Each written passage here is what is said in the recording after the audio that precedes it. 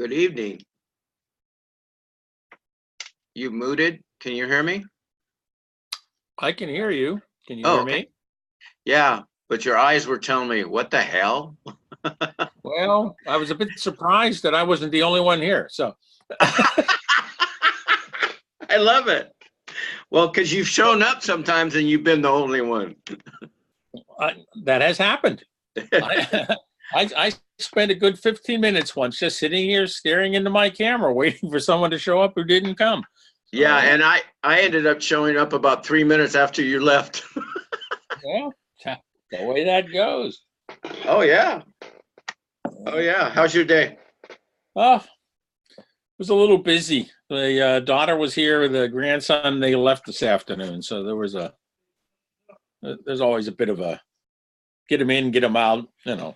Yeah. How was your meeting, get together with your kids? Oh, man.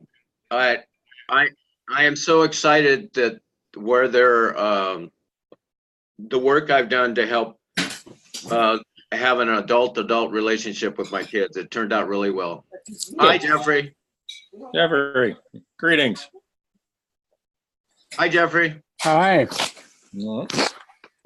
I couldn't resist a cafe with a French name as announcement. So. Oh, good. Good. Yeah, I like the fact that Doug put my Michael in French, Michelle.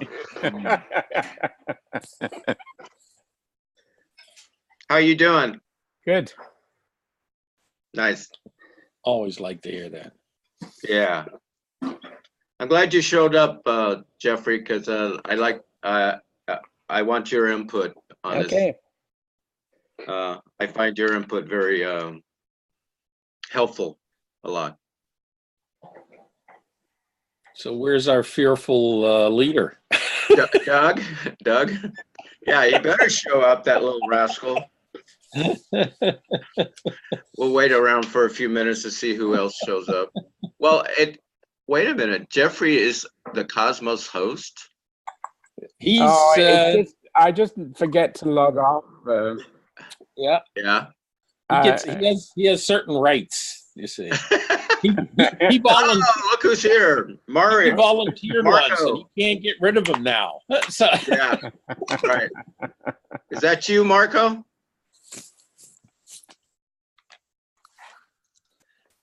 I don't know. It's his picture. It could be that just the system. Yeah. The system is taken over. It's just mindful, you know. It's not Marco. It's mindful.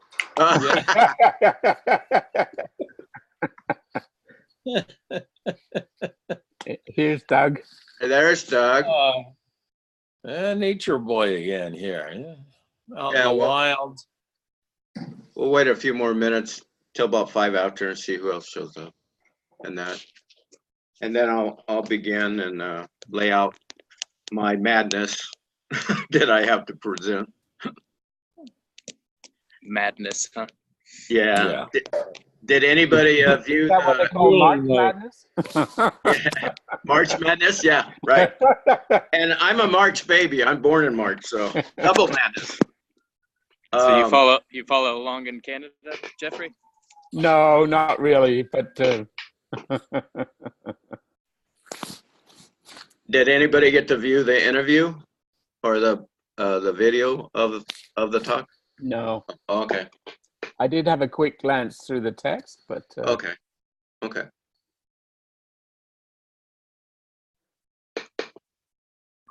Well, anybody that did watch it might have known that I had severe charger issues.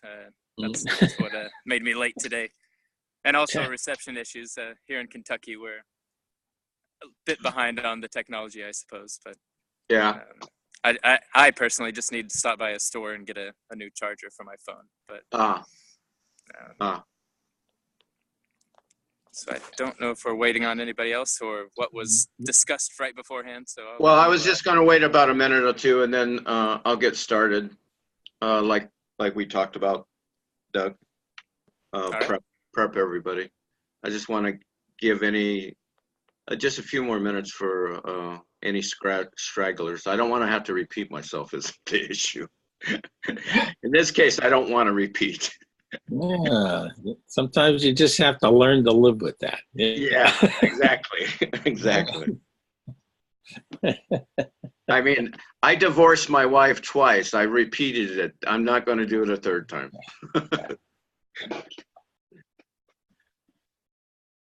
How's the weather, everybody?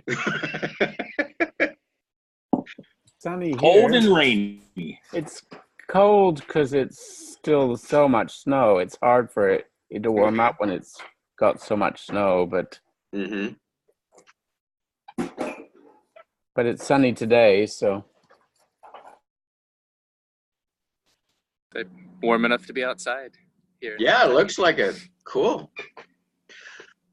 Well, I think I'll just go ahead and start. One of the ways I want to start, interestingly enough, is I do want to take I'm going to ring a bell, and just for 1 minute, let's begin with just 1 minute of silence before we begin, as a way of each of us in our own way, taking a minute to know where we are in physical space before we engage in cyberspace kind of thing. I think it's a good routine to help us work with this technology personally. I do it every time before I even get on the computer. I kind of just take a minute and breathe, and because I know I'm going into a different land, kind of thing.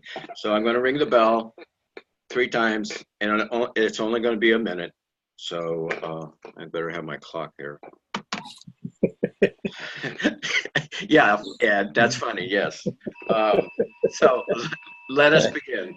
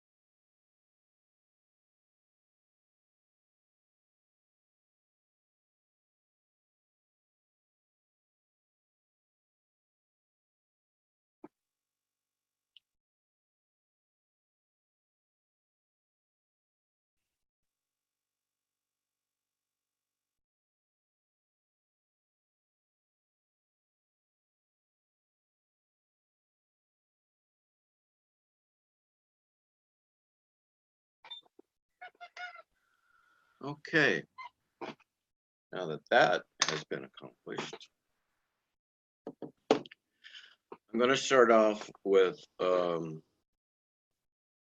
something I actually wrote this morning, because I went over the piece of paper again this morning to really fine tune my impressions and what I wanted to bring forth in this cafe. So the first paragraph of this is actually a quote from the first paragraph in the piece. All human activity can be viewed as an interplay between two contrary but equally essential factors: vision, and repetitive routine. This is my take on that. Then from my ingesting these words, the activity of conversation can be engaged with this model and metaphors applied with vision and repetitive routine given to our speaking listening. While in the stuck in the middleness, or maybe shut out, closed off, we can enjoy a margin of unfolding of openness. I just want to just make sure that I'm completely transparent. All this is informed from 18 years ago when I had an accident, tractor accident, and had to experience my mortality very concretely. Fortunately, it turned out different. But in the journey to this point, I have had to use repetitive routine and maintaining a certain inspiration and vision for my healing, because I was severely traumatized. And that trauma put me in another, you might say, well, this is the way I interpret it now, a learning opportunity of how to work with my defense system, my survival instinct. Because when you're traumatized, what happens is you're stuck in hypervigilance a lot of the time.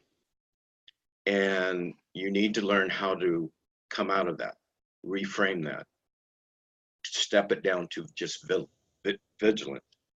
And so having certain repetitive routines, and the major one is to be able to use your breath and certain somatic things to actually teach yourself you're not being, it's not the same thing. You're experiencing what happened to you, but it's not the same experience. You really have to work with, very gently, work with bringing that back down to a stable sense of your defense system that you are more able to interact with. And that's, this piece represented, that was my vision, is not just necessarily the survival instinct, but to heal. And how this, and so to me, that's to play off the word incarnate. Doug and I talked about this. I had to do a certain amount of embodiment in terms of my unique form of being in a body, because that's embodiment. But incarnating is actually, in a way, once you've like I restabilized my sense of body and being in my body and being at home with my body, then incarnation, and I purposely use this symbol from Christianity because I'm both Christian and Buddhist influenced, then it's a larger knowing that my body and brain is within a larger world that is made up of physical form and energy, and it's a field. It's enlarging it, and feeling comfortable with that. And out of my journey,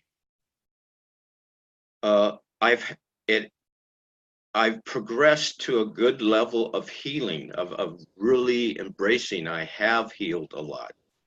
I'm not going to say completely, but at least I have a healing that is grounded in resilience, grounded in being okay if something comes up again. I have the skill set of meeting it without the hypervigilance mode coming in to take over and be too quick to trigger.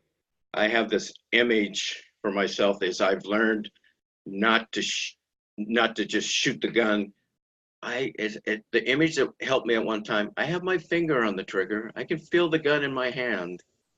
You know, I feel the power, but I'm not pulling the trigger as much. But I'm trying to keep it in context. Sometimes you do have to defend yourself somehow. That's a fact. But one of the things that came on board for me, I want to do it with an ethical mode. Like, I guess what comes to mind is Gary Cooper at high noon, you know, kind of thing. And in the last 5 years, it's been, the incarnation has been, now that I feel comfortable with my own healing, now I want to bring this forth in whatever small way. And I am still very sensitive of who I share this with because of the state of the world. And this cafe has been one of the best places to do this, and routinely, repetitively come back and enjoy the conversations and use the conversations as a way of working with trying to bring some kind of application to vision and keeping and inspiring the routine with vision, kind of this oscillation back and forth. And to me, it has a music. I don't play an instrument, but I have a I feel I have a musical enjoyment and appreciation that has always helped me enjoy music. But now I'm learning, well, language has a musicality in it if I pay attention. It may, and I have certain taste of what that is. I mean, I don't necessarily like somebody, to use this more for it, that talks like a hip hopper.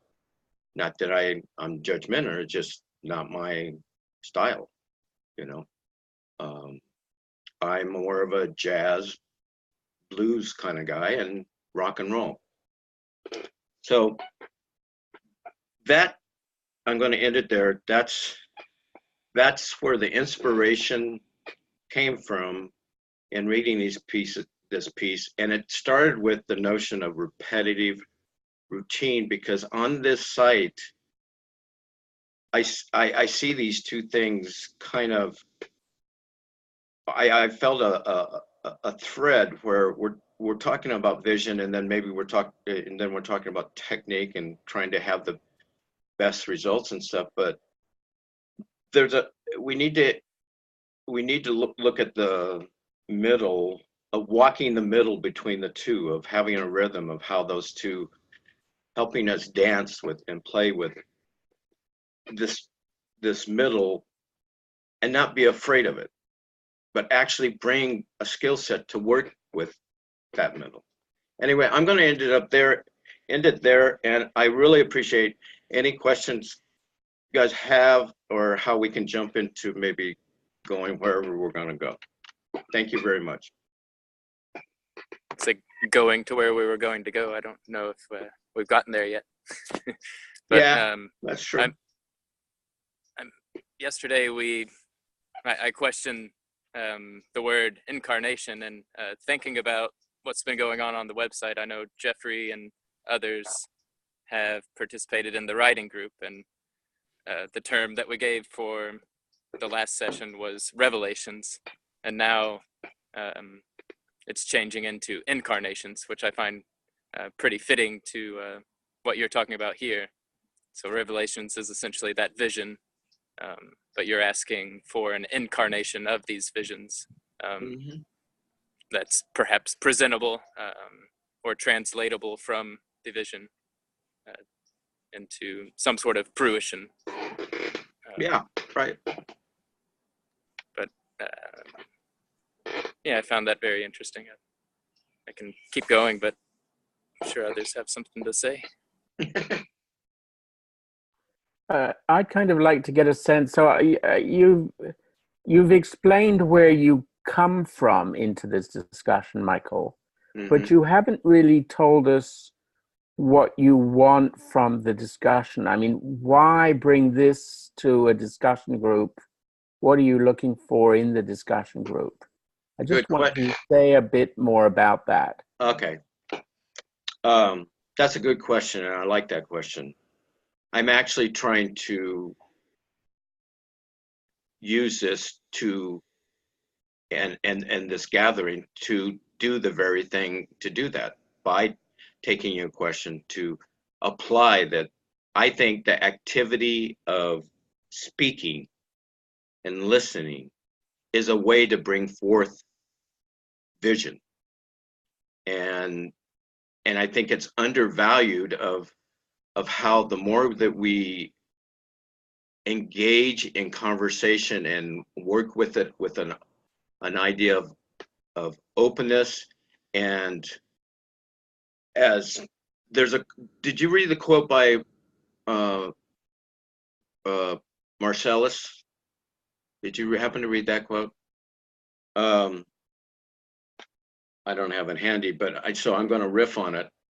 He basically said that jazz represents a way where a group of people can come together, and no matter their agenda, they can negotiate that, and that is in itself, the negotiation is an art form.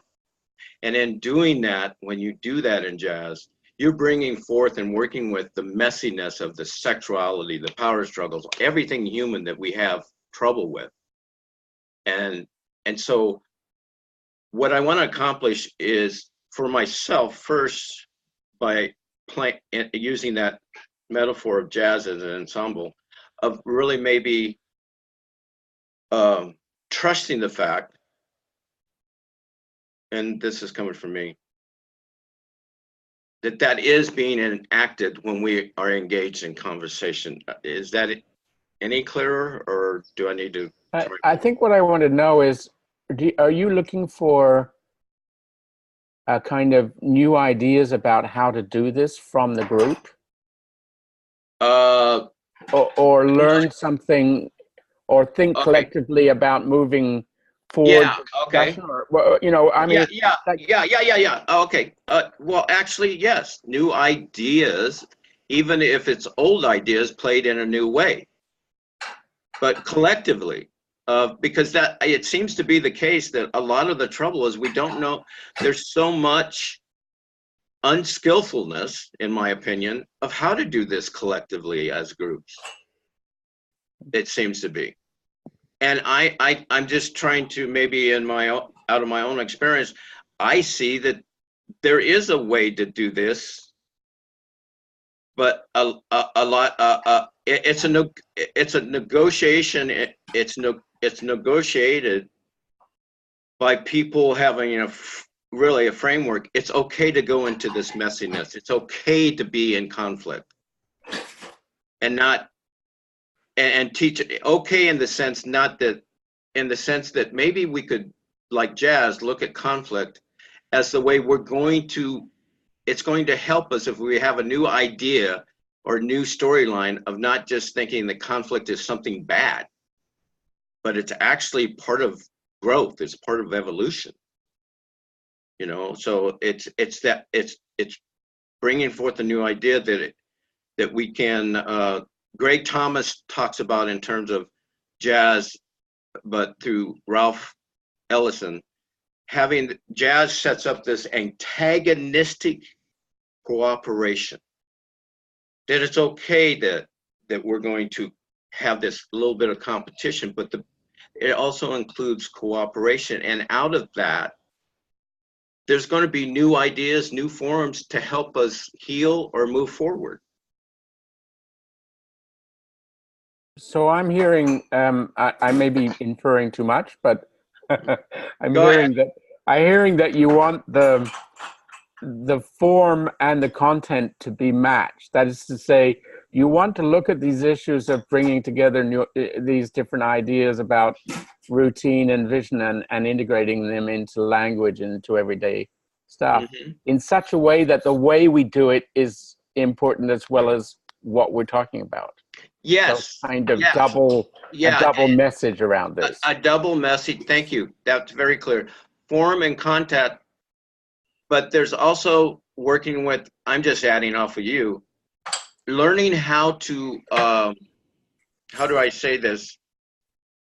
Be with the tension of the form and the content. There's a tension there. And one of the things with that is it's not just the tension. Everybody has a different level of relationship to how much intensity of that tension they can handle.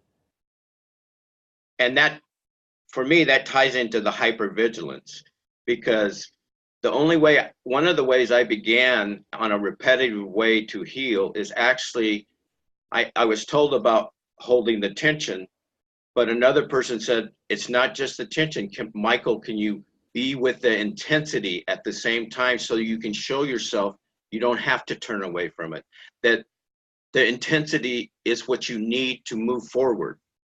You know, you need to kind of embrace it and stop having these old patterns because of hypervigilance of actually avoiding it or vomiting on people because you can't handle the intensity. You know, and this is probably an intuitive riff or leap from Gebser of how much intensities are important as far as relating to the ever-present origin. Okay, I follow that. I don't know if you've been following at all our discussions on the Bateson text, because a lot of what you're talking about strikes me as being extremely close to the kinds of things that we're talking about in the Bateson discussion about learning to learn and different levels of learning, and also the double bind and these kinds of issues. It kind of threads through the discussion. Anyway, if you haven't looked at it, I do recommend that you look at some of the videos, because I think you'll get some of the recent ones, because I think you'll get. And I haven't been able to, but I will to, but I will. And actually, the background is I've been a fan of Bateson, I mean, but not to the extent that you guys are studying it, but those ideas of the double bind and the ecological mind have been part of me since 1977, when I read Mind in Nature. On Mind and Nature. And I've throughout the years, I come back and read certain articles of him or people that's talking about it. So I have a very kind of scattered, but I've always had a fondness for his approach. Yeah. So it doesn't have to be about Bateson today. It's just that I'm saying there is a link there that's probably worth following up. So. Yeah, and it's amazing how that's one thing I think that conversations and this kind of open, jazzy sessions, pardon the overuse of metaphors, can bring up some of these, links. Some of this stuff kind of just it flows together, it seems to me. Because as well as Gregory Bateson, we're reading Nora Bateson, the daughter's work. Okay. And Nora Bateson is very close to the kind of thing that you're talking about.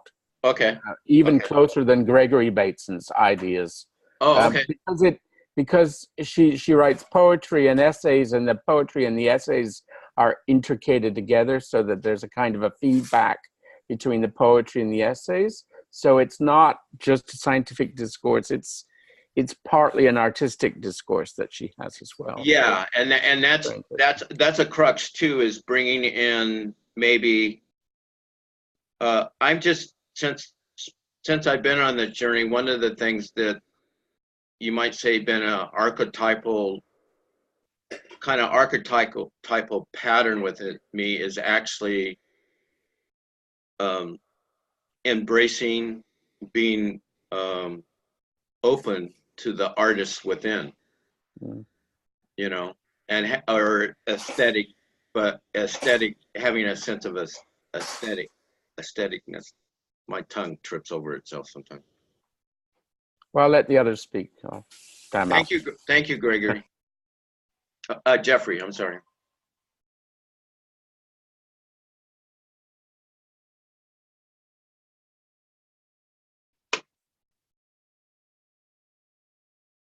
Last November, I went to a weekend workshop for blues harmonica. And one of the exercises that we had to do, because it was part of the wrap up of the entire session, was there was a blues, 12-bar blues instrumental that was kind of played. And each of us was asked to improvise to that. And there were 7 of us in the group. One of us in the group refused to do anything at all. He would not participate, which was okay, which was fine. He's allowed to do that. And the rest of us were trying to figure out, well, how does this work? Because it's like anything else in life. There's all kinds of theory, and there's all kinds of approaches, and there's all kinds of methods, and there's all kinds of techniques that kind of describe something. But nothing describes anything like doing it. And in the end, I recall, and I'm bringing this up in this regard, because the first time around, I didn't participate either. I just listened to what everyone else was going to do or trying to do or was doing. And then the guy that was kind of leading the session, he just said, "Are you sure you don't want to?" And I said, "Okay, well, I'll give it a shot." And you just do something. And you just do. That's it. You do. And sometimes it fits, sometimes it doesn't. And sometimes it follows on from what was before, sometimes it doesn't. Sometimes it leads into what comes after, sometimes it doesn't. And in those rounds, when we were going through this, and we did this, I don't know, half a dozen times before we actually went to the, at the end, it just so happened that the place that we were at, there was an harmonica group and there was a group of clarinetists. And the two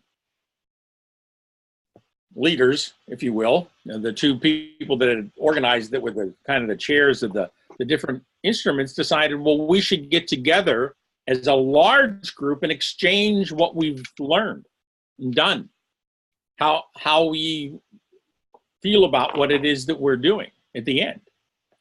So it was kind of like a little concert amongst ourselves, where we could see how the clarinetists, how they had progressed. We had heard them, of course, in the other rooms and whatnot, but seeing how they would deal with this musicality, getting better at your musicality, you know, and we were in a very different kind of instrument. And it was actually a very enlightening little session that we had at the end.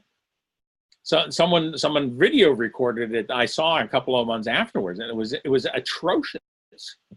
Musically, it was just like the last thing you could even, you know, you'd never want anyone to see this, but I went through this and I'm going, but it was great in that regard, because people did what they did when they did it. And the thing that was stopping me, this is my personal reflection on this, the thing that stopped me from playing that first time is I thought I needed to know what to do. Mm-hmm.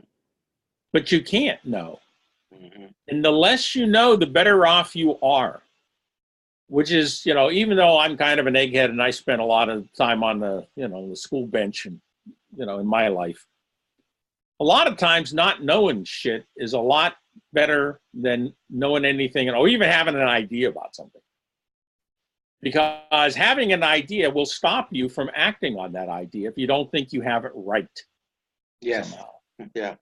And what we need to learn to do, I believe, is to just do it and simply react to whatever comes out of that. Because I've also found in life, it doesn't matter what I do or where I do it. If there are more than, I'm going to say 3 people involved, me and whoever is around, but let's say there's at least 2 observers, there's going to be 2 different reactions to whatever it is I've done. And if we've got a bigger group that's together, 10 people, there are going to be 10 reactions to what I've done. They're not going to be the same. They're all going to be different. And there's going to be this cacophony of response that one gets. And to go, okay, so what's the result? Am I happy about who reacted negatively? Am I happy about who reacted positively? Is there something in any of that that is relevant to whatever it is that I need to get out of this? And it comes, to me, it all comes down in the end. You just do what you do, whenever you do it, wherever you are, with whomever you are, and deal with whatever comes. And you take it as it comes, because I rarely, when I think back on my life, rarely been in any situation that I was ever prepared for. Ever. Every one of them was kind of new. I've led the opposite of your life, Michael. See, my life has been charmed. I've showed up places and things have happened going, what the hell's that? You know, not that it was negative, though. By nature, I'm a very depressed person.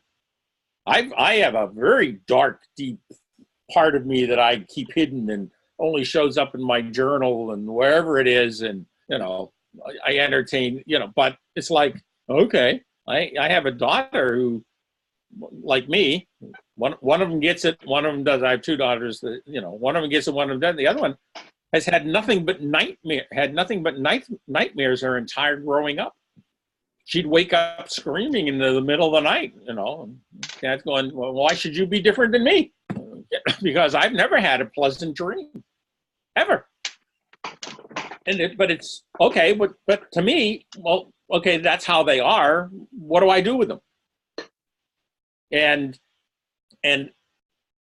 whatever. And people have. I've been with lots of people who've done lots of kinds of things with this. Like dream analysis and keep a notebook and analyze it and consult dictionaries on symbols that show up. And after about 2 minutes of this, I can't do that anymore. It's too much work than just sitting down and going, well, how do I feel about it? Put it that way. How do I feel about it? Wasn't the best thing that happened to me in the last 24 hours, but I suppose, because this is the other thing that I suppose that every situation that we get into is there to teach us something. So I just try to learn from it. But it's really difficult for me to follow up, and this is the thing I admire about people that write papers like the one that we read. Is like they can sit down and organize that in some way to say, well, you can constructively go about dealing with it, focusing on the routine, focusing on the vision, trying to get the two integrated with the two and whatnot. And most of the time that doesn't help me because that doesn't, I'm not that kind of person. So I just kind of take it as it comes and says, okay, well, make the best of it. That's the optimist in me. But it'll probably turn out wrong, which is the curmudgeon, you say. And then you just go, you just go on to the next one and say, okay, next event, let's see how this one turns out. All right. So that's enough rambling for the moment. Doug, you got anything to say or add?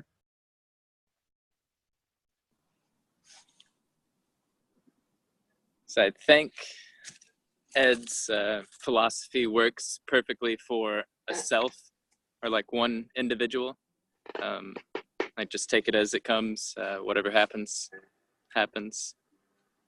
Que sera, sera. And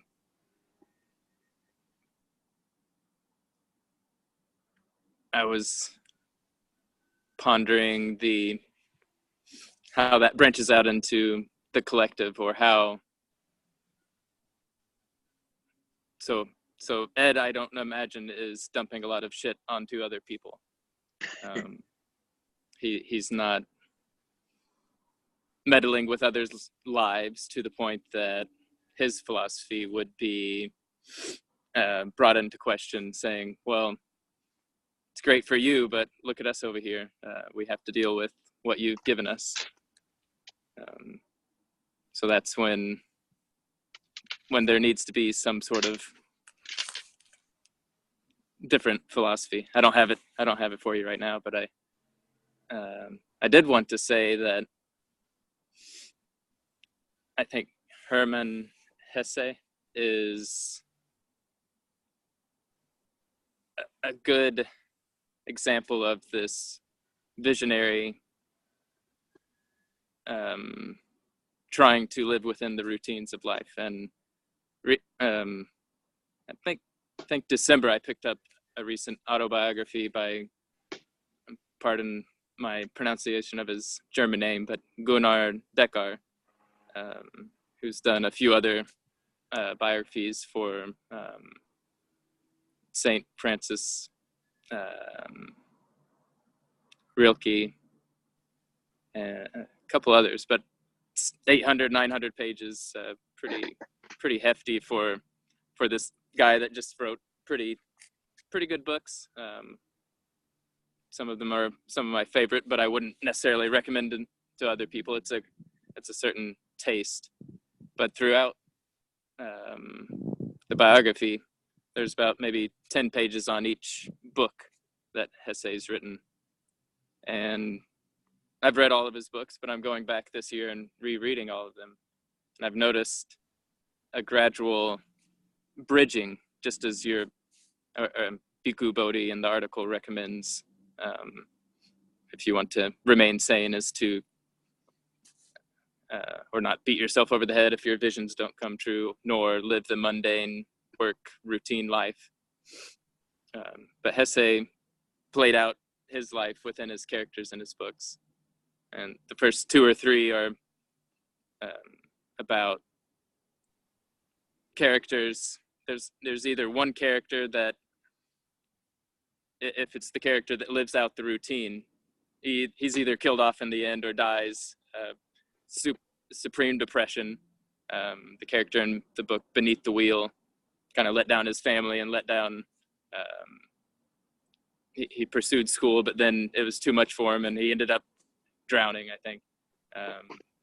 The first book is about an individual going out into the world and the struggle to remain an artist within this world. The third book, Gertrude, is about music. So he's throwing in more, rather than just someone trying to become a writer.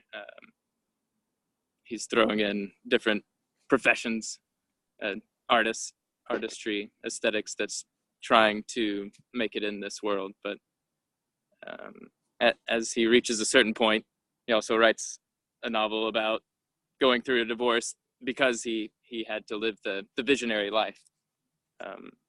Then there's what most everybody else is familiar with is Steppenwolf, Siddhartha, Damien, and now he's telling more of it's not in first person. A lot of these, maybe Steppenwolf is. I haven't gone through the second round of reading yet. I'm not there yet, but I know Siddhartha takes a more of a third person point of view. Same with Narcissus and Goldman, in which those are the 2 characters there.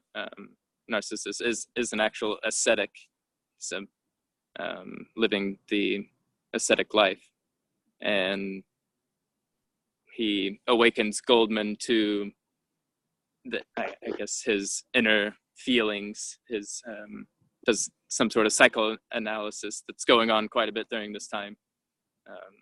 Hesse and Jung worked together for a few months on, and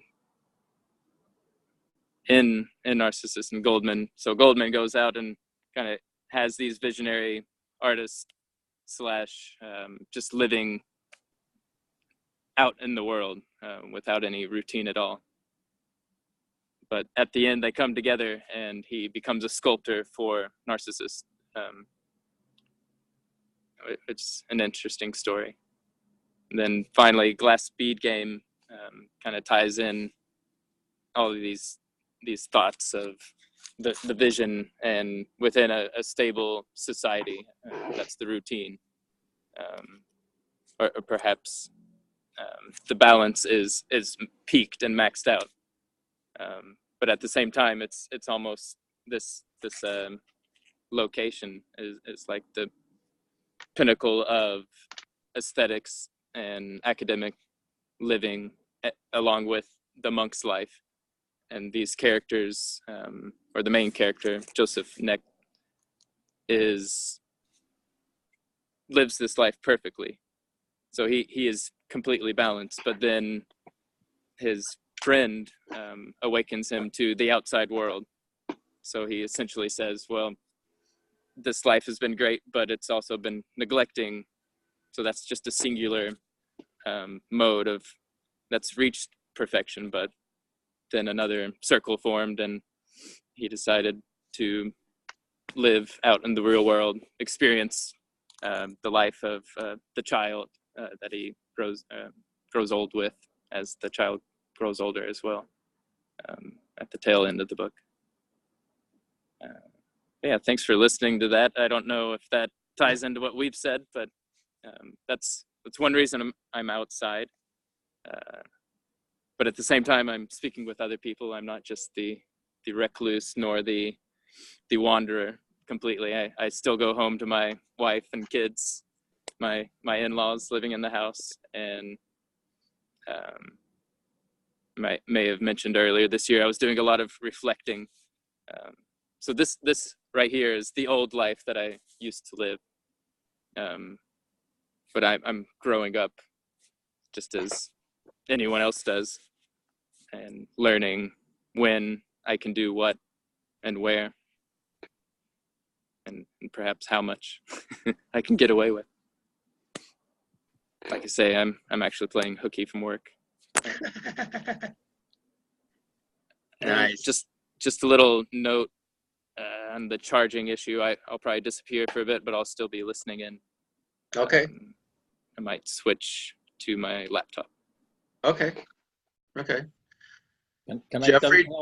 I tell on to just a couple of things that Douglas said? Are you rereading him chronologically? For the most part, but I did read what was available at the library. All my books are in Tennessee right now still with my stored away. So I've just been I frequent 3 or 4 for my job, 3 or 4 different libraries, and they've got everything but Gertrude, which I have that copy anyway. So okay, because it's an interesting phenomenon to simply read Hesse chronologically, from the first book through because he develops as a writer, both content-wise, form-wise, along the way. And the other thing about Hesse that sometimes it's very helpful is look at his characters' names and find out what they mean in English. Like Goldmund means gold mouth, and Joseph Knecht is a laborer on a it's like a serf, like a servant. Okay. Or in the Journey to the East, Leo, it's the lion. He's actually the leader, even though and that's why there's a lot of Hesse for some reason plays a lot with the names of his characters as well. So that was just the thing. But the point you brought up at the very beginning, I wanted to mention, because when Michael was talking, I was making a couple of notes, and we talked about revelation and vision. And the first ideas that struck me was, okay, well, there's a personal side and a communal or a collective side to that. So, any personal vision may or may not be in tune with some collective vision, and any group of individuals that happens to get together may have a collective vision or not. One of the things that's always struck me about the cafes is we kind of, if I can express it this way, it reflects very much the way I approach life. We just kind of take what comes as it comes. A topic will pop up. Somebody comes up with an idea. We do. We're doing what we do whenever we do that. I know that John a lot would like a little more of a line in this somewhere, or a focus, or a direction or something or other, which I can understand. But basically, what we do is we do what we do whenever we do it, which I find the most attractive part of this. This is why I keep coming back, though I'm not opposed to maybe going somewhere if we would all agree we wanted to do that, that kind of thing. So that was that whole idea about the personal and collective. I thought was an interesting observation, because I had exactly the same one when Michael was talking as well. That was lovely about Hesse. I mean, I've read several other books, mostly the ones you cited that most people have read. So I read Steppenwolf, Siddhartha, The Glass Bead Game, and which I guess are mature works, as I understand it, from what you were saying. They're written towards the end of his life, when he was a mature writer, and not so much the earlier stuff. And I think you're right. He is very interested in this relationship between visionary thinking and living on living the way people do in their odd ways, right? So I do think it is an issue that I'm very interested in, and it's partly why I went out of my way to be here today for this discussion, because in a way that's what I've been doing for the last sort of 6 months or so,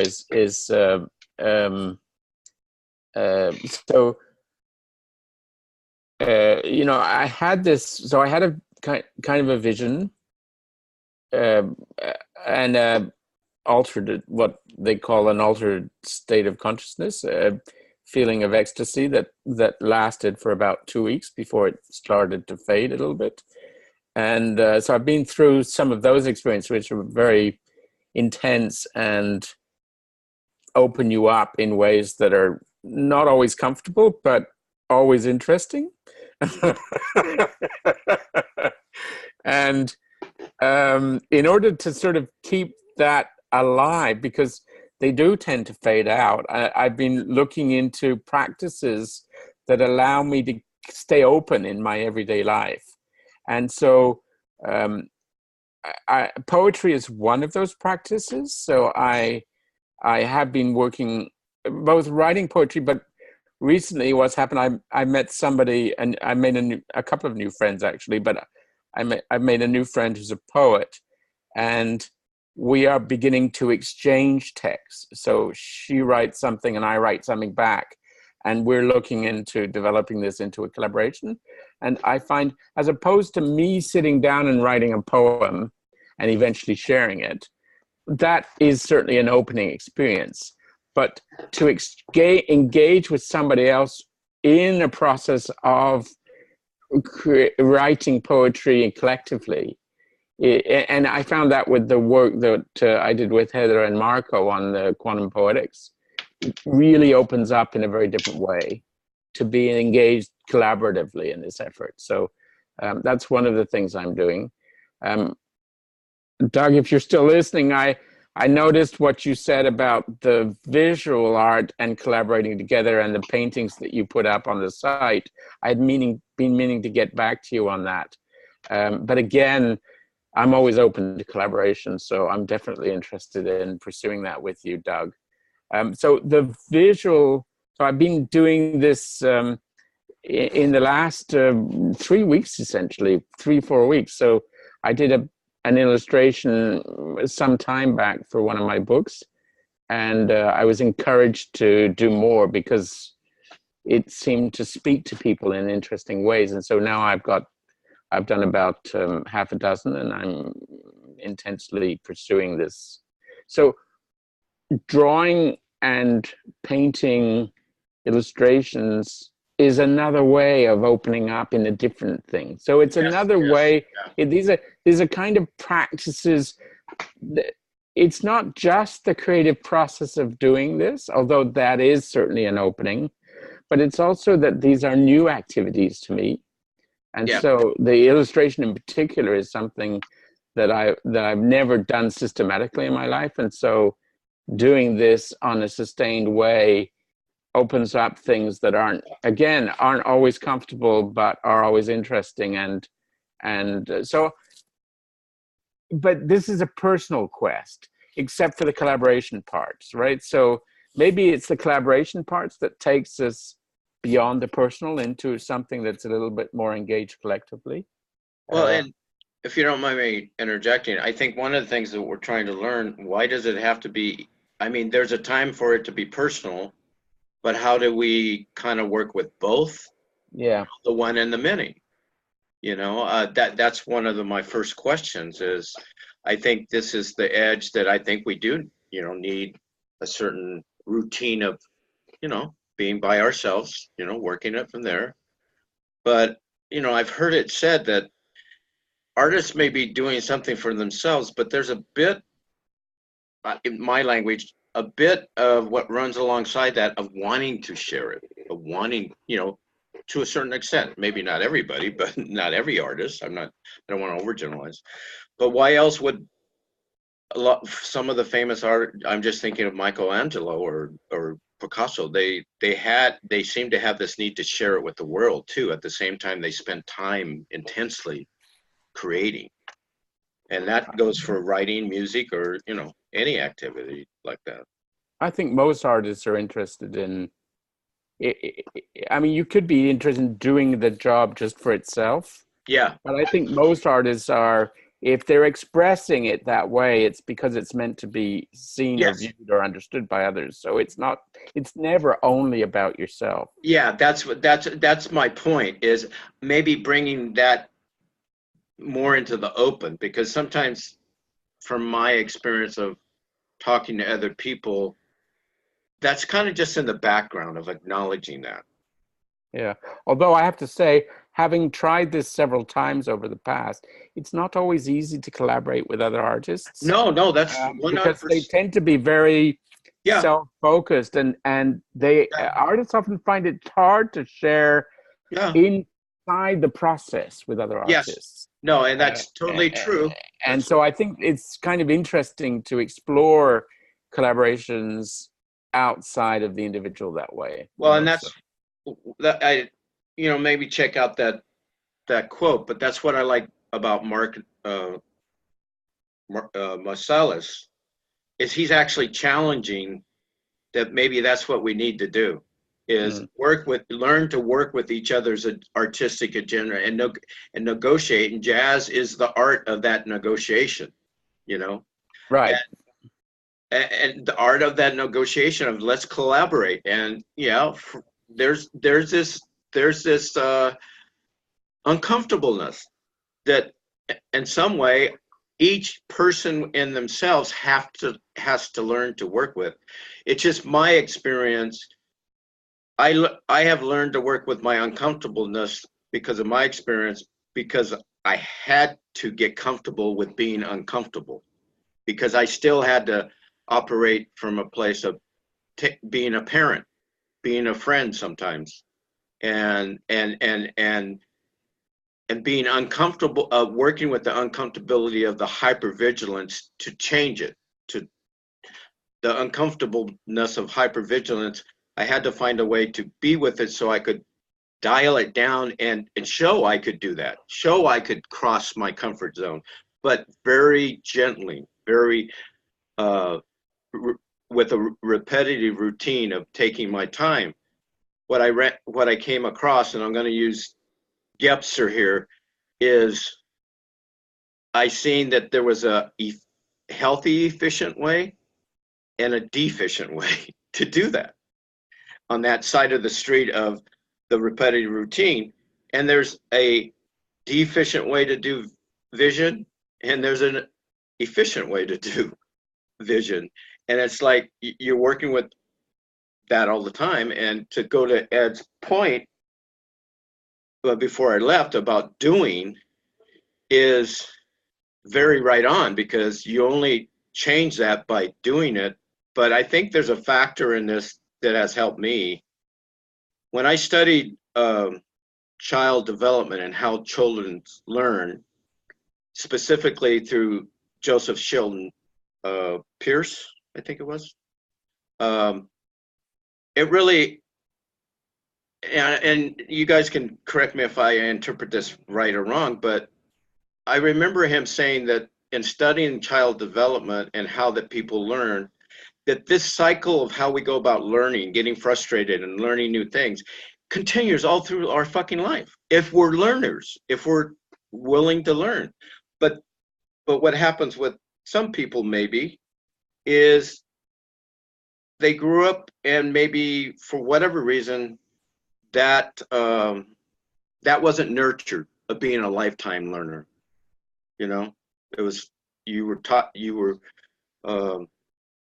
the way you were taught to learn was contracted, in the sense you just need to go out, go to college, get a job, do this, and like your learning was very tight ass focus for something, not in terms of life in general.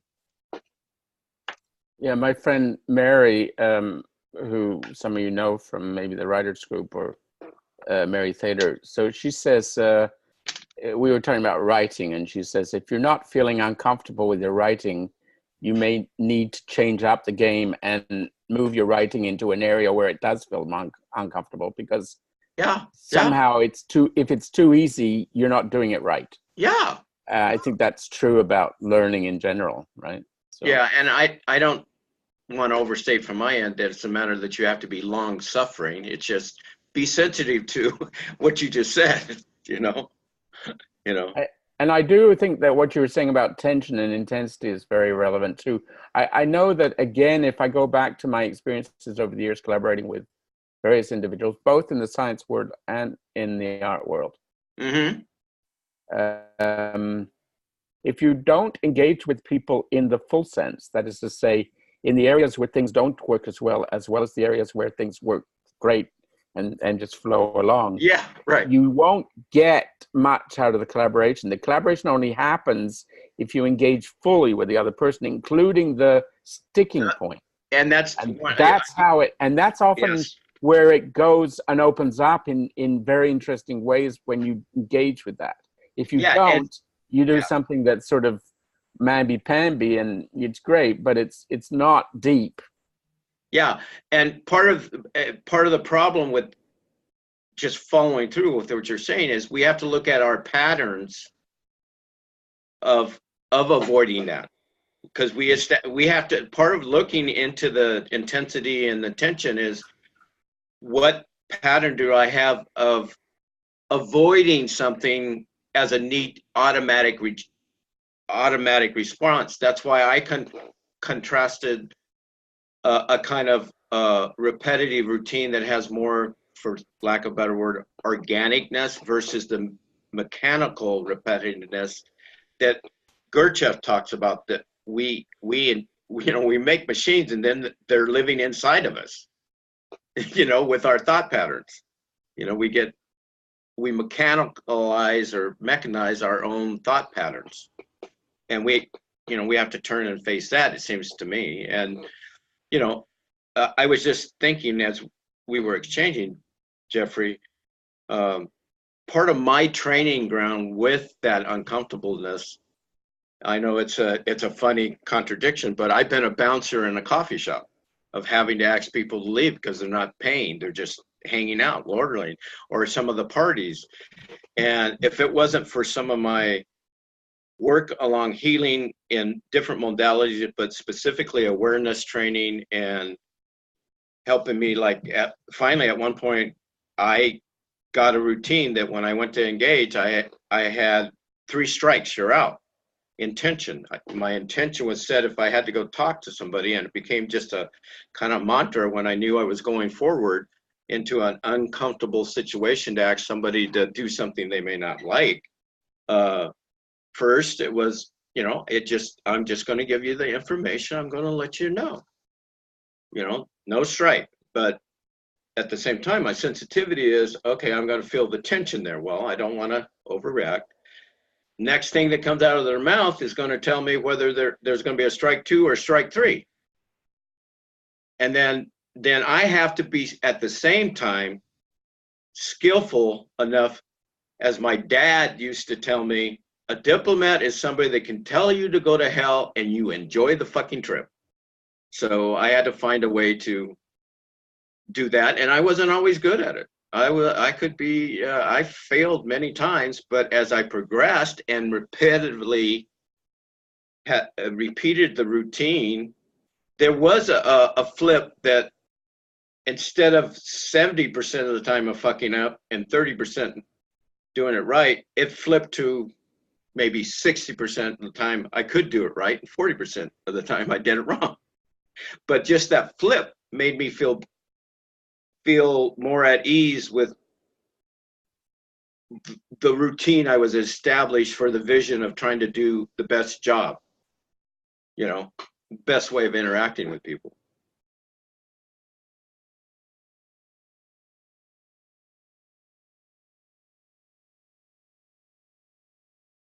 I find the talk about routine is, for me, a two-edged sword. Mm-hmm. Yeah. Because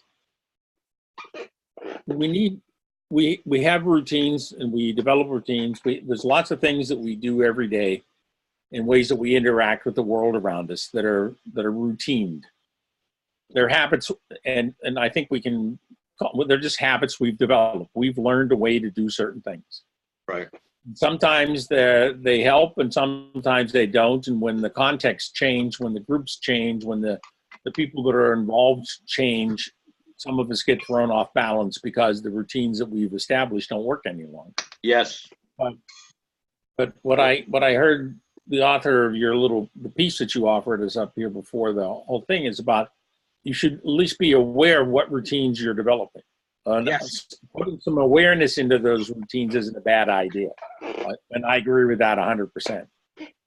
Because there are good habits and bad habits, and we employ them when we don't know, when we're not running down through some cognitive checklist of what do I do in this situation. We simply react from our gut or from what we do, because in the end, routines or habits are things we do without thinking.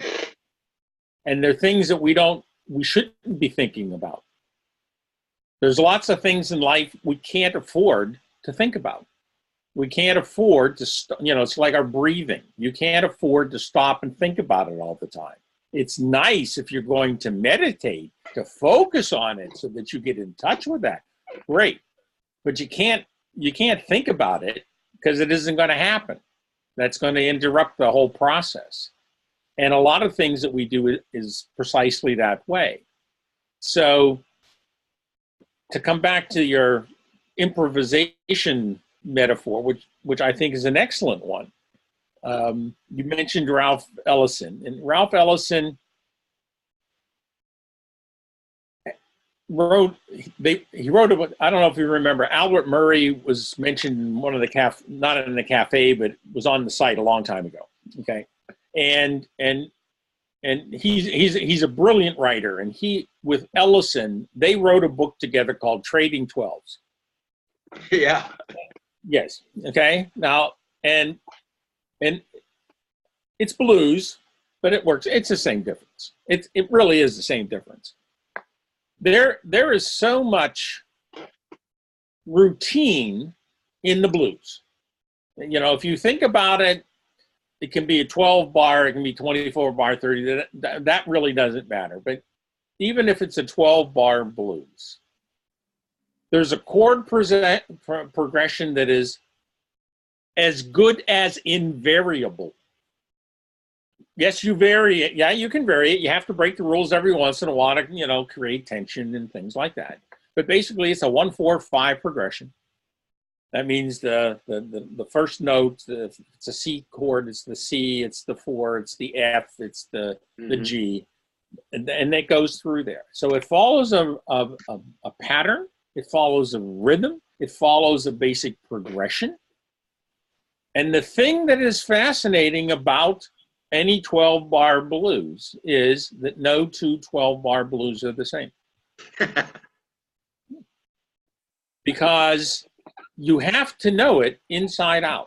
If you don't know that, you can't do your part. It's not going to fit. But you have to know that going in. Too many people, I think improvisation is doing what you want. Yeah, that's for true. Right. And it's not.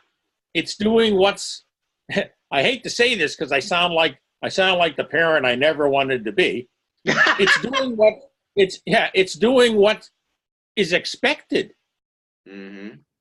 And if you don't do what's expected, the communication doesn't work. And that's the same thing that happens when we get together here on Tuesday mornings, afternoons, or evening. Now we have to say and, okay? Mornings, afternoons, and evenings, okay? When we get together, but we do what's expected. Not because we feel subservient to some higher order authoritarian, focusing. It's for the mere fact that if we don't do that, the communication doesn't take place. It doesn't happen. So we find a way to share, everything being different and unique and one time coming in, but within an expectation framework. And that's the fun thing I find, I've noticed that in our discussion this evening. Once that framework moves a little, well, the expectations change somewhat. So we've gone, use a medical metaphor. We've gone from the major to a minor key. And so we play it in the minor key. And it's not quite the same, but it's related. You see, and it comes through. That's why I find that whole, I remember I'd ask you about, why the G octave kind of thing. It was just like overly musical. But that's kind of what we do. But you can't do that unless you have all of the things that you need to have. If you can't bring them into what you're doing, it's not going to help. If you're going to improvise in the blues, there are just certain things you need to know.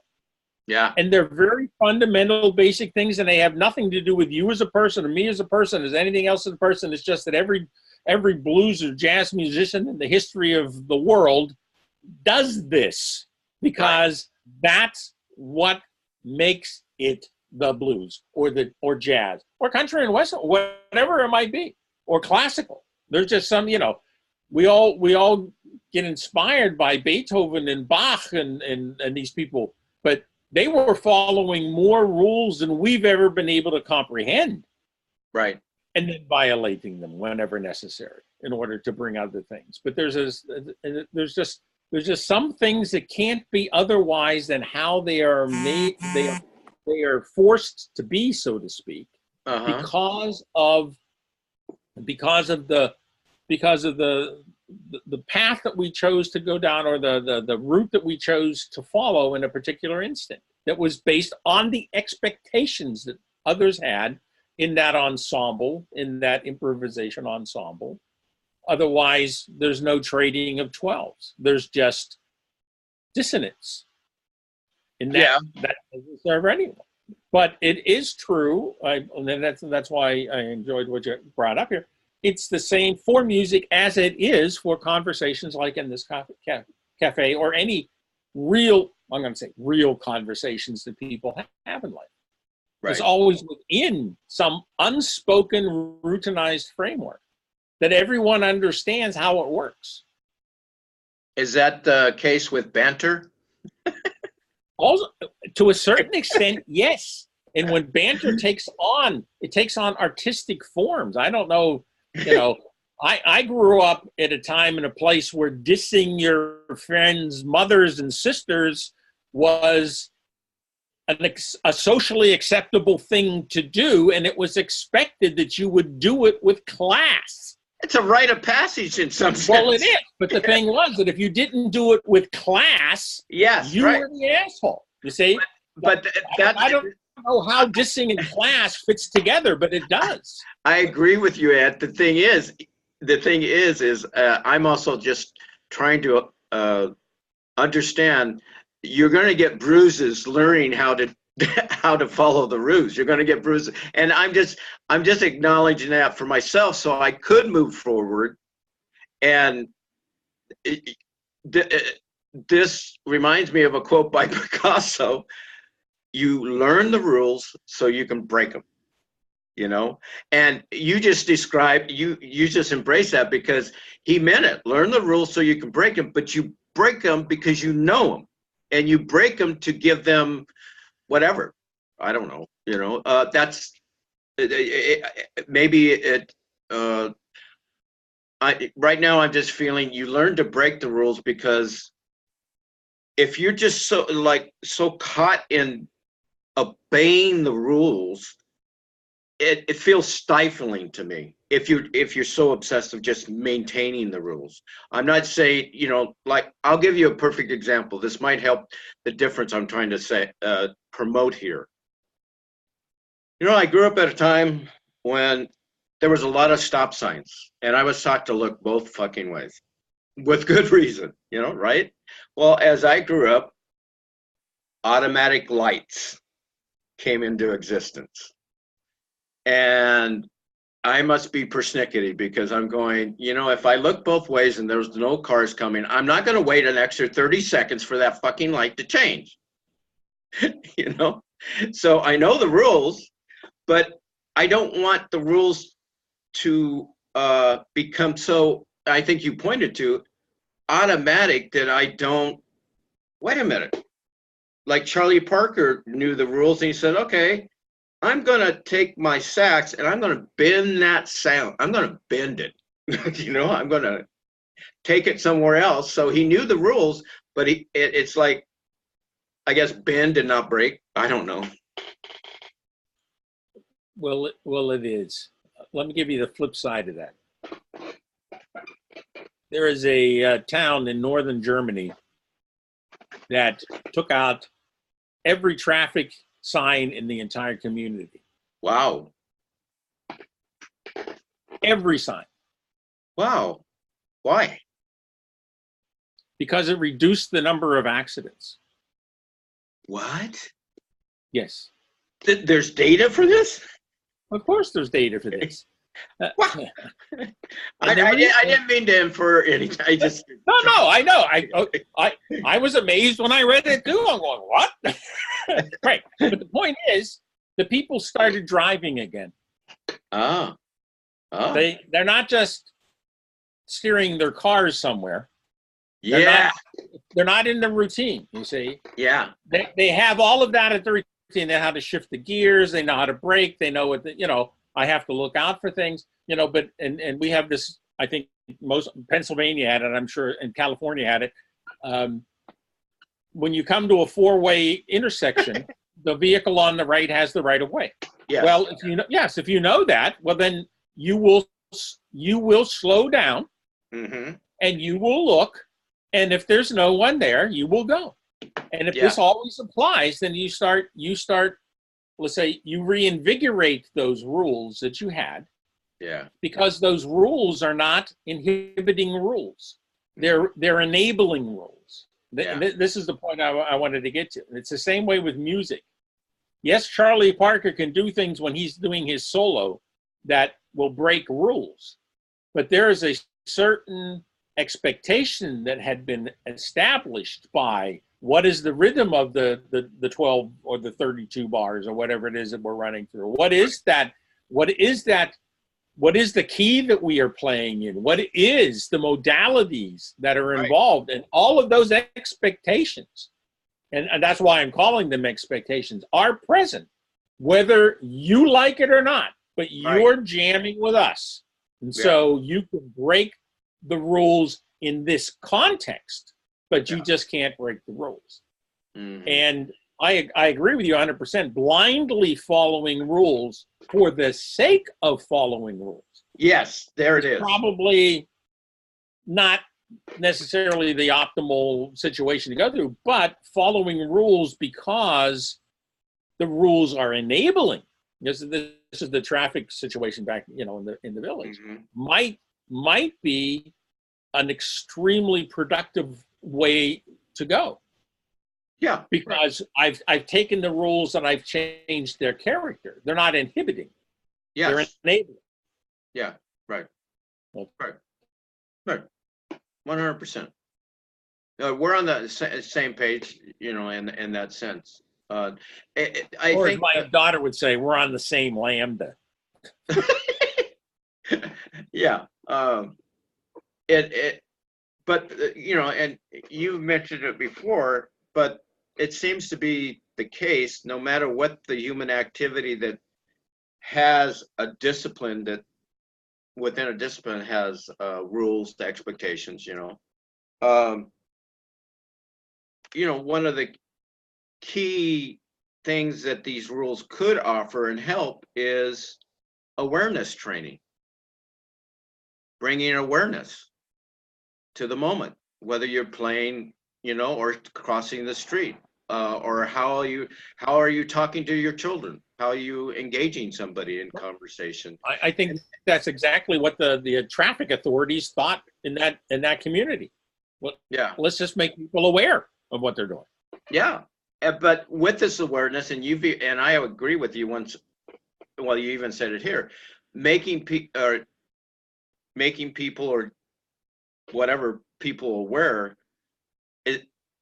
There's a certain element I think sometimes we have to be careful of the way we teach it, in the sense you can't be aware of everything.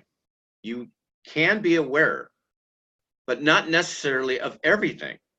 And this I've run across in meditation, talking to people. It's like they're doing their meditation and practicing a meditative awareness, and they want to get to the point of being aware of everything. I'm going, you're a fucking joke. That's not what this is about.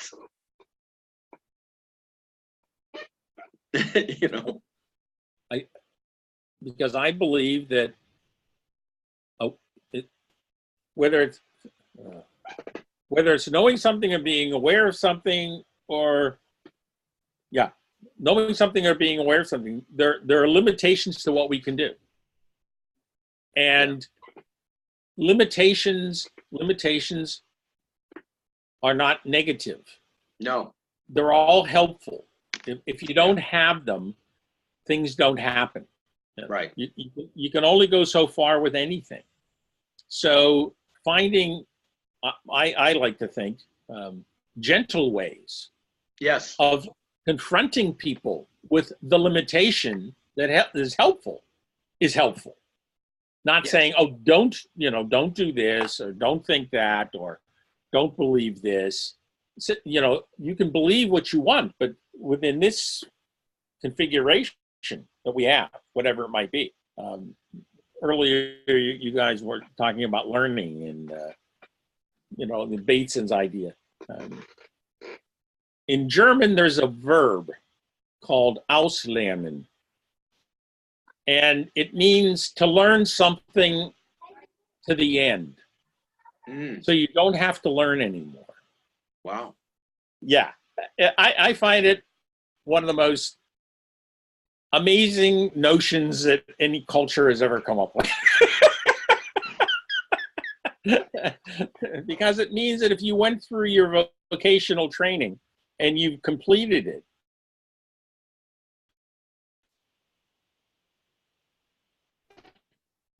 then learn to the end. Well, yes, in one sense you did, but that end is really just the beginning of your life as a professional somewhere, and it's all going to change anyway. But they have this notion that you can learn like everything that needs to be known about what it is that you're doing. Okay, and I find it as an outsider amusing, but not every person that I bring this up with in my communities finds it as amusing as I do. Right. Because I'm starting to talk about things. Well, what do you do, on Tuesday next week? Because maybe something's going to show up that you haven't come up with before. But what always saves them is that they've learned what they've learned so well that now they have a repertoire of things that they can build on to cope with when it comes. Because I haven't run into many German crafts and trades people who couldn't solve a problem, if they wanted to, of course. Yeah. But because you just know enough that you can go, okay, well, we need to do something here, that, or whatnot. So, but in the end, it's something new, but it's based on things that they knew before. It's based on the foundation of knowledge, or whatever it is that you've picked up in the end. But nevertheless, the Germans do have that notion that you can learn something to the end. Yeah. Literally, it means out learning. You learned it out. Oh, okay? Learned it out. Okay. Is that like outside? Well, you see, that one doesn't work in German at all. Because we can say inside and outside in English, because outside isn't already occupied notionally. But in German, the equivalent of insight is Einsicht. Ein meaning in, and Sicht meaning sight. But an Aussicht is what I see when I look out my window. Or it's when you go up to the mountain, and when Renault goes up there on Mount Renault, and Petrarch gets up there, and he has this realization of the Aussicht. You see, that's a whole different. That's a whole different volume. So that notion has already been accounted for. So there's no parallel, because they do have an Insicht and an Aussicht. They also have things like Mitsicht, which is a co-seeing. Oh wow! So co-seeing. Yeah, you can. That's one of the nice things about German, is depending on what prefix you put on it, you can change the meaning. Heidegger does this all the time. You can change the meaning, and people actually know what you're saying, or what you're intending, or what you're trying to say because of that. So that's why you can have things like you have a Welt, a world, but you also have an Umwelt, which is generally described as environment. But you can have what is called a Mitwelt, which is more than an Umwelt, because a Mitwelt is a with world, not just the surrounding world. So individuals can share a world. It's a Mitwelt. Yeah. Say, and we can't. English never really started doing that. They simply took words from other languages whenever it was appropriate. If they didn't have one, they borrowed one. And when the Germans didn't have one, they made up their own.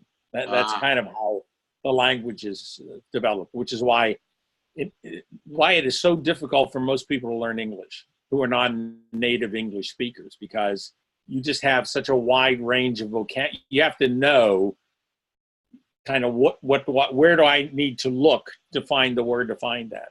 Because so when the Germans made up words, they simply put words they already had together in new ways, right? Yes, like, they do, and you can do it all the time, and that's why we have.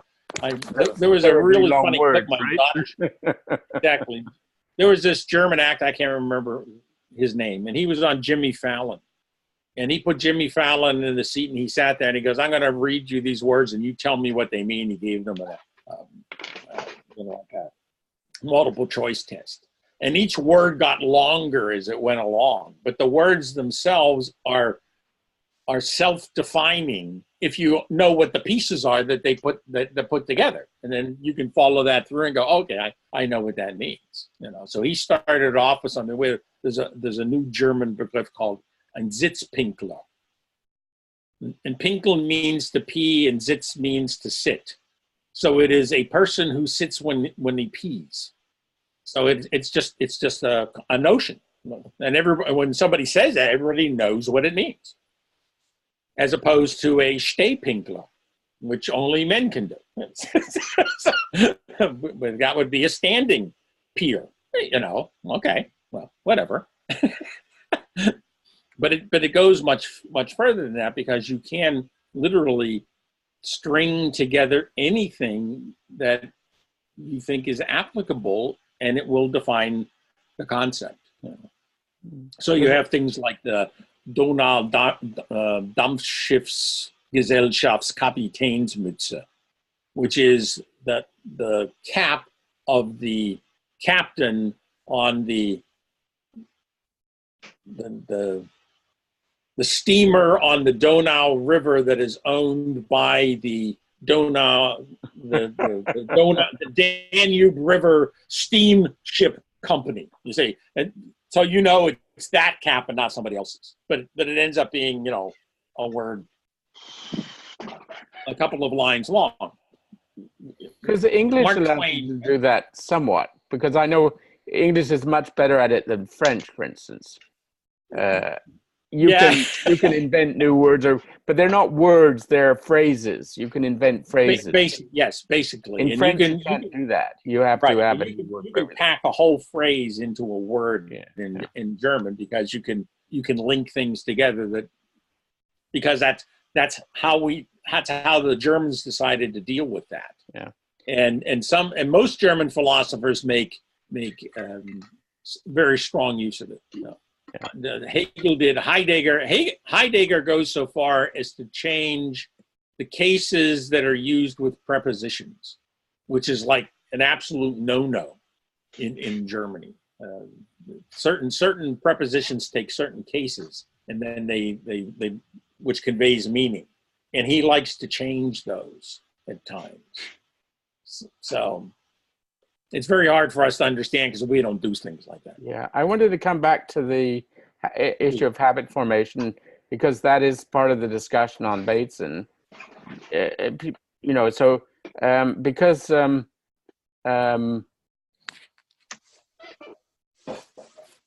when we so the discussion we're having in the Bateson session is that in a sense, I think the 21st century is the century where we have to bring to the surface our habits in order to re-examine them, because our habits are getting us into serious trouble.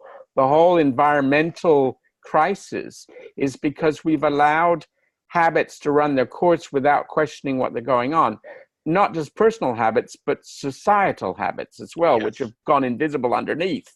And people don't know how to bring them back to the surface to re-examine them. And I think the 21st century is the century where we really have to do this job, or we're not going to survive past the end of the 21st century, right? So Yes, right, right. this is partly why this discussion about vision and habit is not just about this particular moment and a particular set of problems at a personal level, but very much a societal problem. Yes. in a much broader way, and it's part of the reason why it's so important to do this effort to talk about these things, right? Yeah, and so this again, it seems to you're framing the one and the many again. It seems to me that because of our poor habits, we're cut off from the recognition of the one and the many. You know, Yeah, and Bateson is careful to explain it a bit like you did, Ed, too, although maybe you're drawing on Bateson to do that, to say that habits are a necessary part of human life. Oh, yeah. If we didn't have habits, we wouldn't be able to do most of what we do, because they are an economy of thought action, right, that allow us to do things, right? So the issue is that, as you say, we have to bring these things back to the surface. So I think, like, Johnny's clean language is one method for doing that in a context of communication. But we maybe need to look at other methods, both at a societal level and the individual level, and what those are exactly are still a little bit murky. Well, and for me, I enjoyed being part of when I was alternate realities of his clean language, but I was actually influenced by Eugene Glendale and focusing, his teachings on focusing, and there's crossover, there's overlap between the two, but I have a felt preference for focusing, but I engaged Johnny's, and one of the things that okay, so taking the topic of incarnating this vision and routine habits, one of the things that's helped me heal is actually apply it very directly to the way language, words influence how I think and feel inside. In the sense that before I had my accident, well, after I had my accident, because of my diverse gobbling up different books, trying to find ways to enact the vision of healing, you know, I just ran across several people that gave me new understandings of how to relate to our emotional, you might say, emotional intelligence, you know, of how we've come to talk about, say, anger in a certain context, that it already prejudges anger without, and therefore develops habits that when we have this experience of anger, we've been told this is the way we're supposed to deal with it, rather than letting anger be at the surface and examining, well, maybe the way I'm talking about it, like in the language that I'm thinking of, is looking at anger maybe being our emotional response to saying no to something, to setting a boundary. Now, how that simple thing of challenging how I had a bad script around the emotion or feeling of anger, that just gave me more openness to say, yeah, when I'm anxious, agitated, I want to say no to something, but can I say no with skillfulness, not from an automatic response out of hypervigilance that I bite somebody's head off. The example I use, I learned from because at the time I was going through my recovery, I was raising children. And there's a way you need to say no to children in such a way that, yes, you need to say you can't do that, but it's not the same no as if you're being mugged in an alley. It's the energy may be the similar, you know. A lot of times having saying no to my children, the most extreme is they were putting themselves in life-threatening positions, you know? And so I had to have a spectrum of how to express no rather than just one locked in way of how I'm supposed to say no to something that is probably coming from a place of boundary setting that has the energy of anger.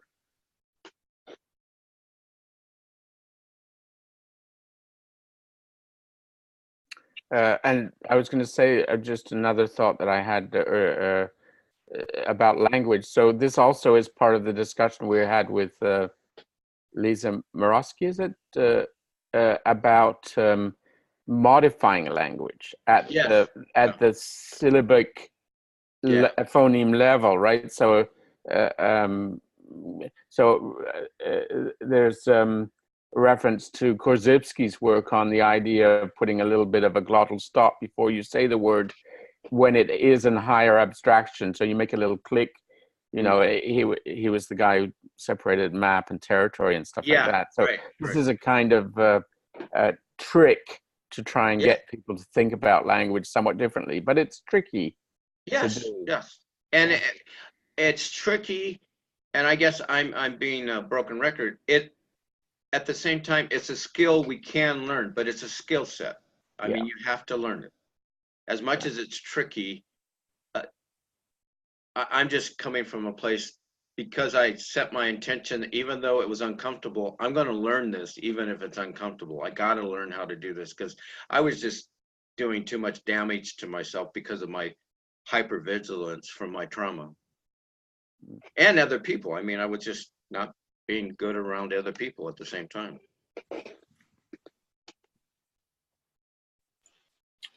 That's because you're being aware of who you are and what you're doing, Michael. Yeah. But it's not like I have an issue with trying to let's approach this differently or try to use language differently. But when I think about the people who are in my environments, for the most part, I'm going to use a little hyperbole again. Trying to get them to glottal stop before they say anything just ain't going to happen. No. Because, right. Because they're just like it's not in their reality, you know. I don't know how we manage to do that. Now, being a language teacher for a long part of my life, I know how difficult it is to try and get other people to like speak in a way different than what they're accustomed to, whether it's speaking English because they were German speakers or other foreign language speakers or whatnot. It is a huge challenge to begin with. And I think what I try to do as a language teacher as well, and I think it's generally applicable, is you simply have to live it for others. You have to do it yourself, but it has to be so subtle that it's not offensive, but it has to be so obvious that people stop and go, what's he doing? And why does it work? Right. No, that's what I'm talking about. I had to take responsibility. Okay, that's how you phrase it, Michael. I never took responsibility. I am the world's classic, I have no responsibility for anything that always gets into trouble guy. Okay? So it's real nice that you're into this responsibility thing and we're all going to be adults, but A, I haven't grown up. B, no, I still don't do that. and C, yes, I regret it almost every day when I get up. So, so sometimes it takes some of us a little longer to learn than others. But, you know, that's why that's why I practice it. I do what I do whenever I do it, and I go, oh, that didn't work real well. And then and other times you go, okay, I'll note that for the future. But if I don't write it down, I'll forget it, kind of thing. That's why I take notes when we're talking and things. Not necessarily because I want to know what everybody was saying, is just so I can remind myself maybe the next time not to be so brash or so whatever. Yeah, well, I'm just going to put forth, I'm playing behind the beat with you. I'm gonna pause. Yeah, I know. You know, we're not. None. That's the nice thing about the cafes. None of us are really far apart. No. But we all have our the nuances. You know, there are people Our here who quirks. can shift to, yeah, we do. If we use them, they can shift to a minor key when we're still playing in major, and people go, but it's like, well, it kind of fit, you know, and it's you know, how did he do that, you know, or and then we move on, and then all of a sudden shifts back into the, you know, to the major key. But it's one of those things that if you, because what I believe is that all of us bring a bit of awareness to these cafes. We bring up a bit of awareness of who we are and what we're talking about and what we're trying to do. Exactly. And that to me is the mundane difference between cafes and my everyday interaction with the, you know, with the people in the supermarket or the person down at the vehicle registration office, because they don't do that. You know, it's right. It's not part of their universe when they're there. No, it's not. So they'll say things, and sometimes they just look at me because I'm not responding, because I'm trying to figure out how did you come up with that? You know, right. Kind of thing. And it's like, oh, okay, well, I guess you think it's your job, you know, and so we'll deal with it at that level. Well, that's one thing I have enjoyed. You know, one thing I have enjoyed in the cafe, because I've been coming for a year now, you know, and you know, I said it in the pre-presentation too, is that this format, as much as it has, you know, whatever, has given me confidence of being in a space of everything you said, of people just being close enough and sharing, and me feeling, this is my experience of why I keep coming back, of feeling that my voice is heard, and in this case also seen, you know, I'm seen, and that has given me a certain confidence. And to quote Johnny, I do feel there's a lot of safe enough, you know, safe enough. I've always felt safe to express, you know, go play my minor key, or, you know, I've been told musically I'm off key. There's no key I can hold.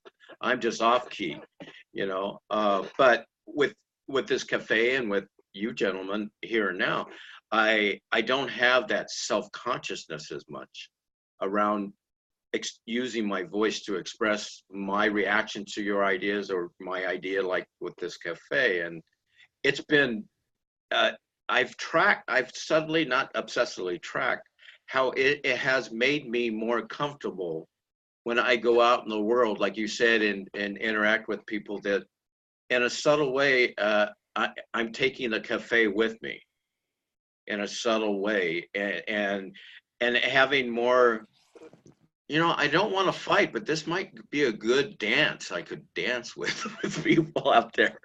I don't want to necessarily fight and switch the metaphor. Just by switching the metaphor, my attitude changes, you know.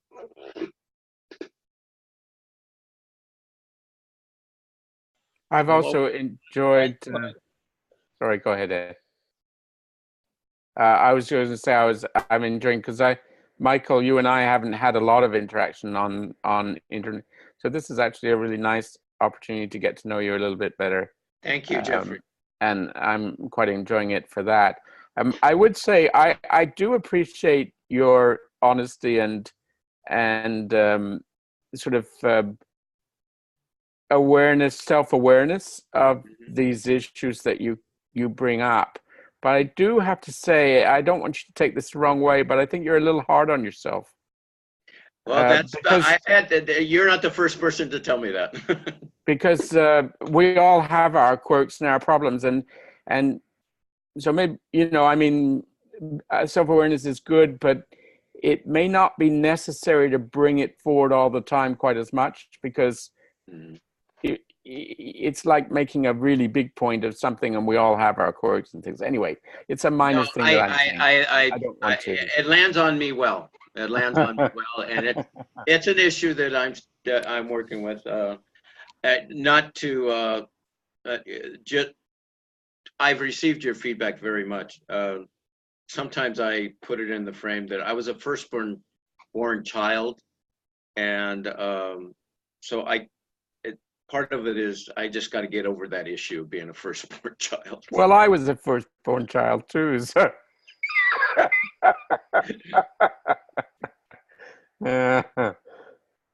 Okay, since we're all confessing, I was the firstborn son. Oh my God! Oh my God! But I was the second child. Let me tell you, everybody's got to cross the bear. That's why that image is used. Oh yeah! Oh yeah! Oh yeah! Right. And it's like, and depending on who we are and how we react and what we think we are or what we've encountered, all of that stuff plays a role. That's why we can all turn out so absolutely blazingly different from one another and still understand. Oh yeah, I understand what he's saying. I get what he's saying. I have to say, Ed, after hearing you say what a perfect life you've had, I keep wondering where the curmudgeon comes from. Yeah, really. Thank you, Jeffrey. Thank you. All right. I can tell you. Wait a minute. I can tell you. In my 11th grade English class, we were required to read the autobiography of Benjamin Franklin. Okay.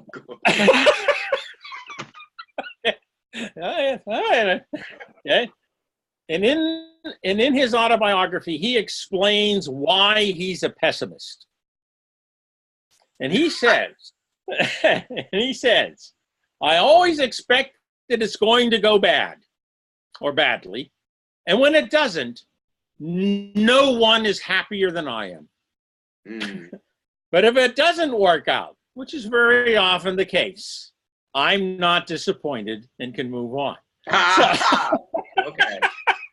So I took that to heart. And the difference between Benjamin Franklin and myself is that at heart, I'm an optimist. I'm actually an optimistic curmudgeon. So, but my inspiration. Finally, some clarification on this issue. If you ever looked at my blog at any one time, way back when in about 2009, I wrote a little piece on the optimistic curmudgeon, or the optimistic. Is that the diaphanon? On diaphanon, yeah. It's one of the real way back in the article. I'm going to go take a look at that. That's why, and so I've maintained that for the most part because I don't think things are going to turn out all that well. Although I understand the sentiment, my feeling is that if you go around life expecting all these terrible things to happen, you are kind of absorbing a kind of unhappiness level. Whereas if you go around life expecting things to be interesting and engaging and affectionate or whatever, positive, then you end up being happier. And so I try to keep the critical function because I do think the critical function is necessary, but I don't feel that the kind of attitude that you were saying is necessarily a good thing, because I think it's hard to do that and not feel depressed as a result. But and I agree with you 100%, Jeffrey, which is why I like to hang around people like you.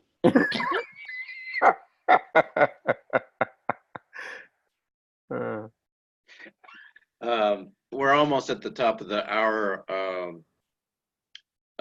Again, Jeffrey, I thank you for your feedback. It landed well on me, and it has a lot of truth to it. I guess I have to practice the vision and the routine habit, undoing that habit a little bit.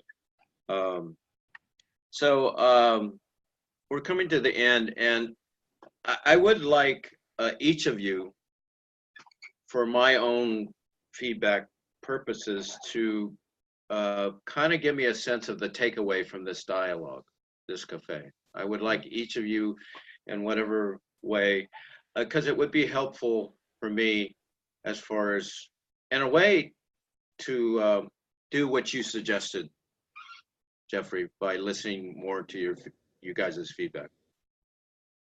So whoever wants to start first, as far as their takeaway from this discussion, I'd appreciate it.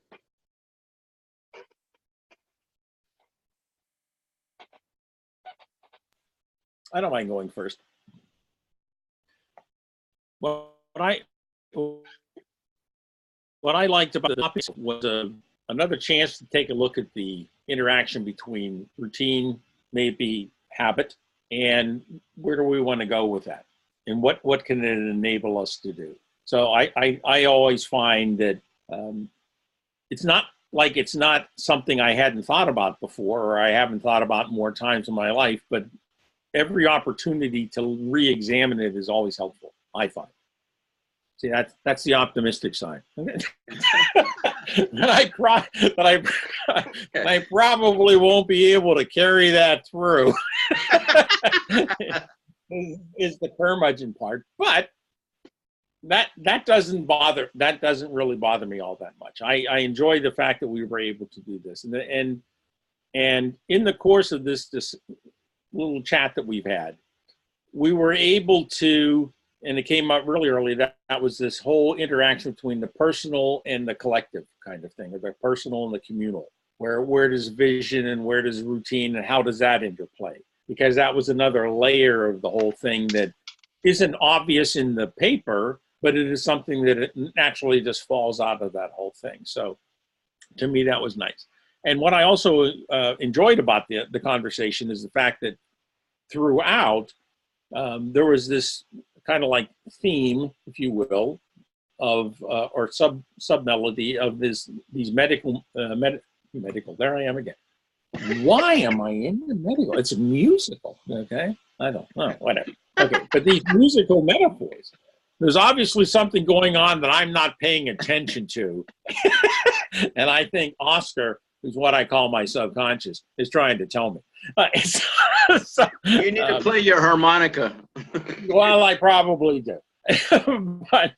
but the musical metaphor, because it does really describe and explain and help to understand how conversations like the ones that we have in these cafes and other conversations that you have in everyday life kind of play out. It was a helpful reinforcement in that regard. So I appreciated it very much that we had this chance to take I'll call it not so serious academic look at life for a change. Thank you. Okay. Thank you.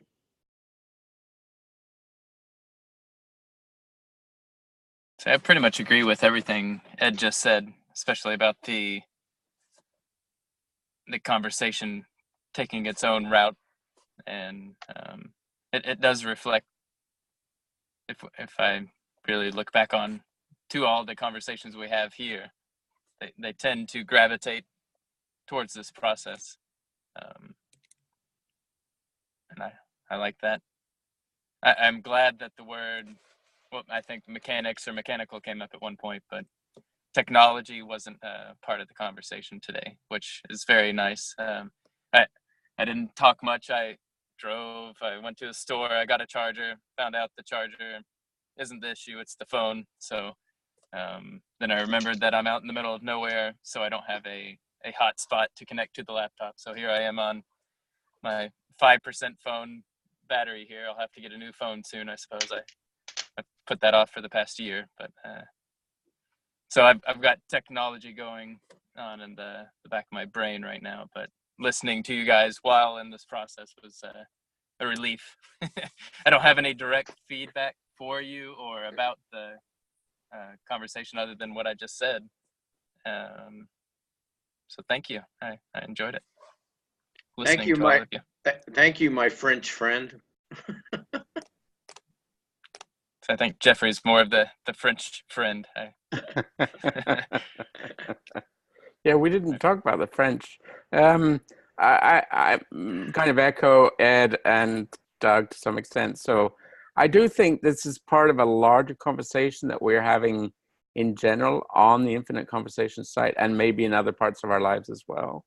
And so it's a different perspective that we had today, which I appreciate. It takes us into a slightly different way of looking at things, which is always a good thing, because when we talk about a topic like that over and over again, it sometimes becomes hard to see other ideas about it, and so having a different idea, a different way into it is a useful thing. I do hope that our conversation has some benefit for you, Michael, since you were the one who brought it up. So I'm kind of, I mean, we have our own interests in this kind of conversation, but I sense that this conversation is somehow feeding something in yourself that is also interesting, and I hope that that connection works for you as a result. Thank you for your sensitivity and your perception, because it's actually nourishing my soul is what it's doing. And soul, in the sense that soul that has a groundedness, it's grounded. I remember Ken Wilber making a statement that, you know, we need to grow with each conversation. Every conversation offers growth. And he made the statement in the context of about 100 or 150 years, there were salons. Everybody were talking about these ideas. And he basically said that it took 100 years through continual conversations for some of the ideas to even get out in the public and people to get used to them, and so that they could literally, through a vision, practice them, apply them, and so part of my soulfulness with around this issue is or vision is, no, I'm not gonna wait. I'm doing it every day in and out, and do my best to keep healthy habits, bring healthy habits or routine. So thank you, Jeffrey. Yeah. It's a soul issue with me. And what about another minute of silence with the bells to finish up? Okay. Thank you very much. Thank you very much.